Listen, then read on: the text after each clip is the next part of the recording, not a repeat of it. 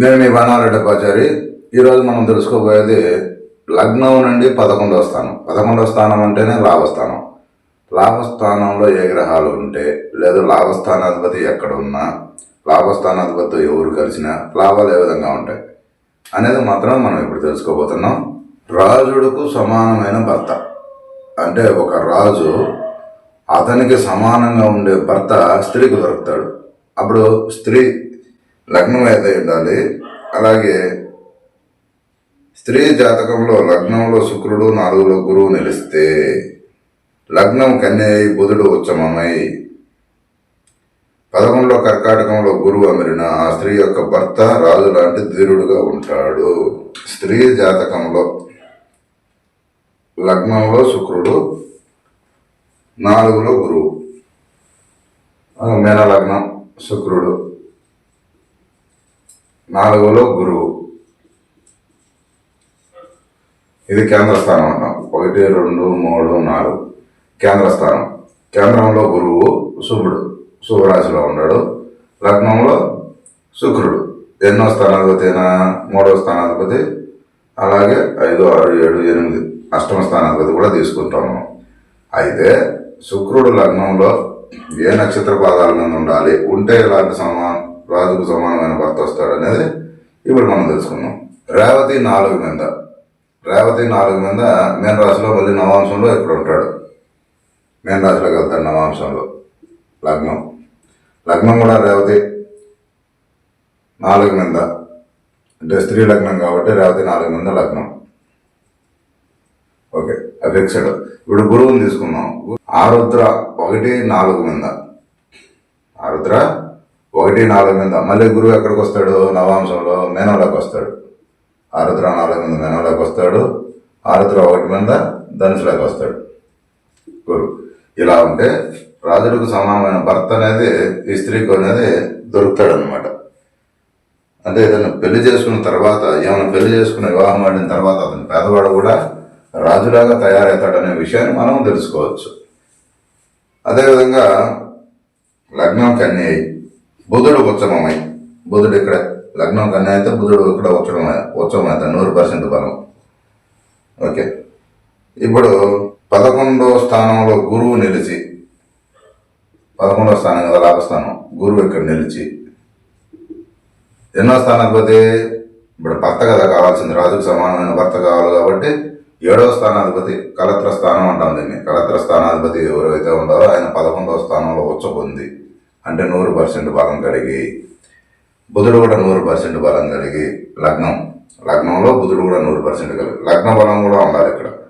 లగ్న బలం చిత్తా 2 పైన లగ్నమై, చిత్తా 2 పైన లగ్నమై, చిత్తా 2 మీద బుధుడు ఉండి, బుధుడు కూడా చిత్తా 2 పైన ఉండి,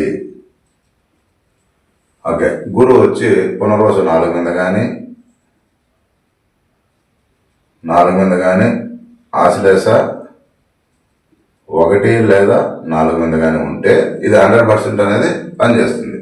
అయితే బుధుడు హస్త 3 మీద కూడా ఉండొచ్చు. హస్త 3 మీద ఉన్నా కూడా బుధుడు నవాంశంలో ఎక్కడికి వెళ్తాడు? హస్త 3 మీద బుధుడు మిథునంలోకి వెళ్తాడు మళ్ళీ నవాంశంలో. చిత్తా 2 మీద బుధుడు నవాంశంలో మళ్ళీ కూడా కన్యలోనే ఉంటాడు.